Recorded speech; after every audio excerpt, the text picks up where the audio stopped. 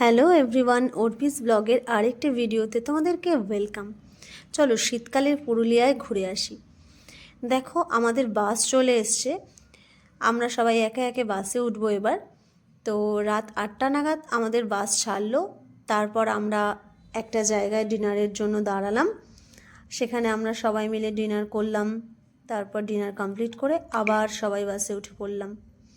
তোমরা ভাবছো dinner complete করে বাসে উঠে আমরা ঘুমিয়ে পড়লাম? একেবারেই নয়, তারপরেই শুরু হয়ে গেল আমাদের ডান্স। মোটামুটি রাত 12টা পর্যন্ত চললো এই ডান্স। যাই হোক, তারপর সবাই একটু ক্লান্ত হয়ে ঘুমোলো। পরের দিন সকাল সকাল আমরা পৌঁছে গেলাম পুরুলিয়া। 7টা নাগাদ আমরা ওখানে পৌঁছলাম। তারপর হোমস্টে থেকে আমাদের গাড়ি পিক আপ করতে এসেছিলো। তো আমরা দুপাশের সুন্দর পরিবেশ দেখতে দেখতে পৌঁছে গেলাম সেই হোমস্টেতে। তারপর যেতে না যেতেই শুরু হয়ে গেল খাওয়া দাওয়া পর্ব।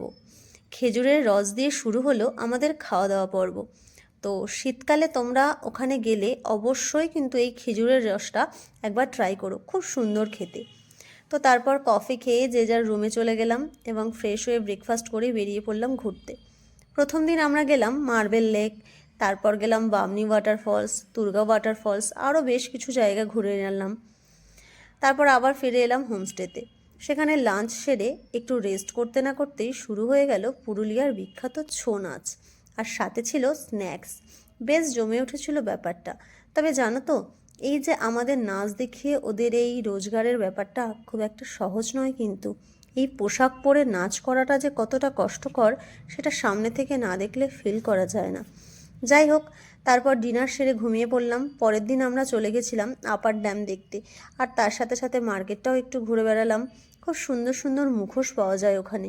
সব মিলিয়ে যাই হোক, ট্রিপটা বেশ আমাদের সুন্দর ছিল। তোমাদের কেমন লাগলো অবশ্যই কমেন্ট করে জানিও। টাটা।